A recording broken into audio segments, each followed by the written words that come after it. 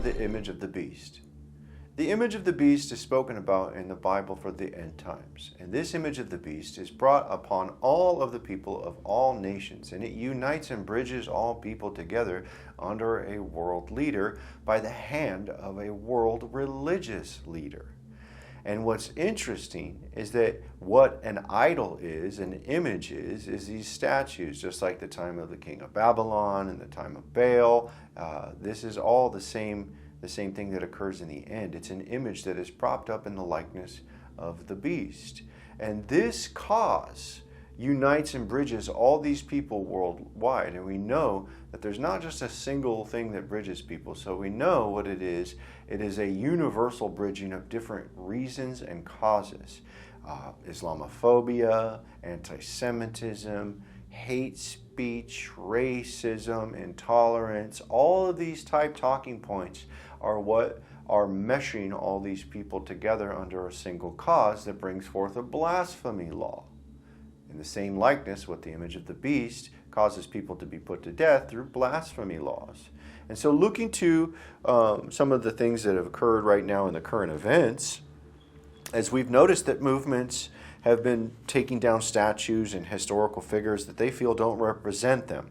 Over the past few years, they use these terms of racism, hatred, Islamophobia, homophobia, anti-Semitism, all these things as an excuse. And they take down monuments and memorials that were dedicated for people throughout the civil wars and stuff like that, and people that were historical figures that have these images that were propped up for them. Okay, and after a few years, 75 monuments have been removed. About 73 or more monuments have been removed or renamed.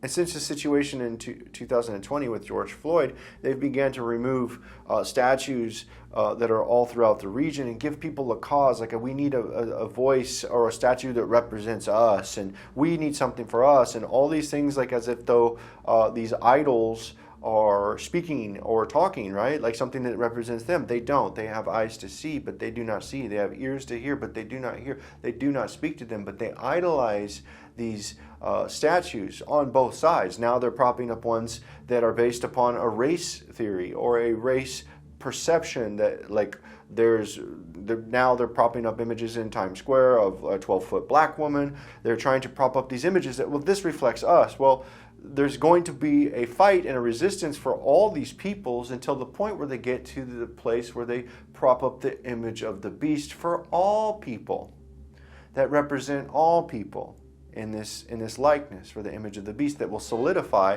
that unity and bridge that gap. And that's why we see these agendas to push racism, removing of statues, something that causes anti-Semitism. All of these things are talking points for the purpose of bridging the people together through the image of the beast. So we know that the likeness of what they want to do and prop up an image is of a man who has a head wound but lives. And what they're doing is they're preparing to prop up an image of somebody who has a head wound but lives, to idolize and make an iconography of this person as an idol, okay? And that image will be propped up of this man. And this man will be the voice of reason to bridge the gap between the people of races and hatred and Islamophobia, to try to be the man of peace. And these are all the things that the likeness of this hero that they're trying to prop up as the Antichrist are shown in the prophecy.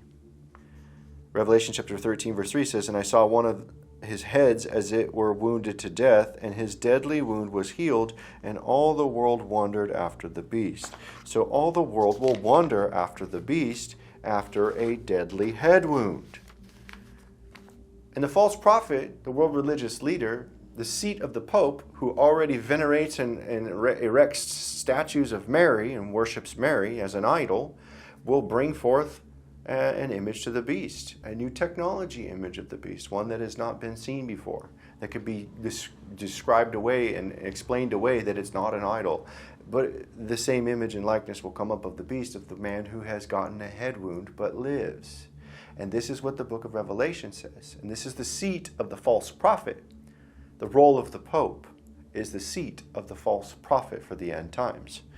Revelation chapter 13, verse 12 and 14 says, "And he exerciseth all the power of the first beast before him, and causeth the earth and them that dwell therein to worship the first beast, whose deadly wound was healed." In verse 14, "And deceiveth them that dwell on the earth by the means of those miracles which he had power to do in the sight of the beast, saying to them that dwell on the earth that they should make an image to the beast, which had the wound by a sword and did live." So the role of the Pope, sitting in the seat of the false prophet, is already one who's preparing to be able to erect a statue that can be dedicated to the beast. That the whole world will have an honor and homage to a man who helps bridge the gap between racism, anti-Semitism, Islamophobia, one who stands up and be a voice for the people, right? A man who stands up that wants to eradicate hatred, racism, Islamophobia, anti-Semitism, all of these things that are being culminated into the likeness of a man that will need to be bridging all these people together. And this is the role what the popes have already been working towards, and that they want. They want to solidify these things together through these speech codes, which will ultimately bring forth the pope having authority to decree what is blasphemy and bring forth blasphemy speech codes that will produce people's death. And that's why people who do not honor what the image of the beast says through artificial intelligence, through the religious schemes and tracking and surveillance that will hunt down people who speak out and say things that are blasphemy, right? This is what the entire mechanism is being set up for that purpose. And that's why it talks about in Revelation chapter 13, verse 15, that he had power to give life to the image of the beast, that the image of the beast should both speak and cause that as many as would not worship the image of the beast, they should be killed. Artificial intelligence is already being used to preach things like Islam. They're using this to decree evolving leverages of this technology to be able to grab a wider audience. They're using these things to be able to track on the internet. People from the United Nations are going to be loving this, where they get more power. The power of the surveillance and tracking with the artificial intelligence is already being used by civil rights groups, through Jews, excuses of anti-Semitism. They're getting the American public behind it through the excuse of anti-Semitism. But what they don't realize is that that same authority could be used for Catholicism and Islam. So ultimately what they'll do is they'll say anybody's offending any of these other religious things by decree of a blasphemy law, right? They'll be punishable by death because it's offending all these other people. And this is how they're going to use that excuse to leverage power over the people, and then ultimately rise up their Islamic leader who will decree Sharia law. And then you have to obey that. You cannot defy that, or it'll be blasphemy. And a lot of these blasphemy speech codes of the United Nations preparations and frameworks are United Nations Resolution 1618, and this is promoted by the Organization of Islamic Conference, which is 57 Islamic states. They talk about eradicating all forms of hate through blasphemy codes, and combating intolerance, negativity, stereotyping, stigmatization, discrimination, incitement, violence against people based on religious beliefs, and this is ultimately going to implement the blasphemy speech codes that cause people to be put to death. They have centers like the Edidal that are monitoring people through artificial intelligence, which will ultimately be connected to the image of the beast. And we see this at the Edidal, where they're going to be combating extremism.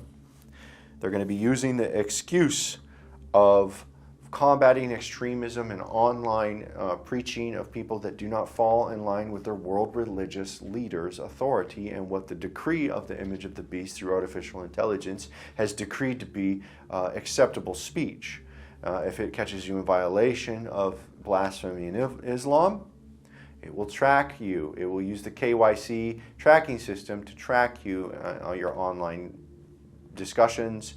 You link to your KYC, to your mobile phone, to your GPS location through your mobile, and ultimately they're going to hunt you down and you will be beheaded for not honoring what the beast's image has decreed through the artificial intelligence religious scheme of the blasphemy speech codes. And this is where they're going with this, and this is why this is set up in the book of Revelation about the people being beheaded for the witness and testimony of Jesus Christ.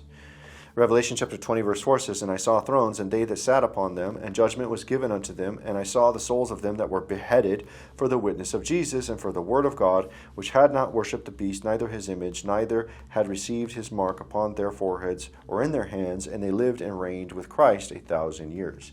So what you have here is a situation to where they prop up an image with artificial intelligence that tracks you, and when you start telling people online that that's the image of the beast, or that's the mark of the beast, or that's the false prophet of the Bible, and that's the Antichrist, which is a Muslim guy, they're going to say you're a hate mongering, your critique of other world religions is a incitement to violence, it's blasphemy, you're anti-government, you're racist. All of this stuff is going to come into the culmination of the triggers that they use for the speech codes to come against you and kill you for that purpose, which is called the Great Tribulation. But the good news is before this occurs, before the mark of the beast and the image of the beast is rolled out, we gather the remnant who have eyes to see and ears to hear under one banner. We gather people to Jerusalem before the invasion occurs, and we exodus them out safely together under one banner, under one stone, under one king. And we don't bow our knee to the image of the beast. It's very simple. And this is what's going to occur in the end times. The rest of the people are going to be persecuted. They're going to receive plagues for not obeying the call to come to the wedding. And so this is going to be very significant, what's going on in the end times. It's important that you hear what is being shared and share with others what's being shared here. And join us. We invite you to come. Come be a part of the movement. We're going to have a global revolution, and it doesn't matter what occurs at this point, because they're ultimately going to kill you if you do not succumb to the mark of the beast or the image of the beast. This is very simple. There's not going to be another alternative route. There's going to be no escapism. There's going to be no little rapture for people. There's no going to be, we're going to be excluded from the Great Tribulation. That is all a delusion. That's all a deception that's been set up mainly by the Vatican and Zionists, who've been promoting these ideologies in the churches to prevent people from pointing to the key role players and having another Reformation. During the 1500s, there was a great Reformation that was occurring. People were breaking away because they found out that the roles of the Vatican are tied directly to the Antichrist system. And that broke tons of people away, caused the Protestant Reformation. They're going to come after the Protestants with the new Pope. Okay? You better wake up. You better get your head out of the clouds. These lukewarm churches that are not keeping the law are not going to make it. They're going to have plagues coming over them during the 1260 days. And so this is all going to be key, crucial points to what occurs with the mark of the beast, with the image of the beast, and how this is played out. So be aware, share this video. They will begin eradicating ideologies and censorship of people who do not preach their approved narratives. There will be no alternative teachings outside of their authority that are accepted. They're going to be labeled as extremists and online extremists and terrorists, and they're going to come against the church. And this is why we call people for the end times to come, to gather for the next Exodus. And we're going to be saying, let our people go to this Pharaoh. It's just like Egypt. Let our people go. Let Ami go. Because this is what's going to happen is another Exodus. We're not going to bow our knee to the image of Baal. We're not going to bow our knee to this blasphemy law. We're not going to bow our knee to the Catholic Church. We're not going to bow our knee to Zionists. We're not going to bow our knee to Islam. And it's just going to come down to a point where it's going to come to a head. It's either you're going to be on our side of the fence or you're going to be with them. And there's going to be no other alternative. They're going to come for the people. And they're going to use the image of the beast as a core tenet to their likeness and homage for unity and symbolism for anti-Semitism, Islamophobia, hate speech, homophobia, all of this stuff. All of this stuff is going to be key, crucial binding for them through that image of the beast for their global power. And this is the prophecy of the image of the beast.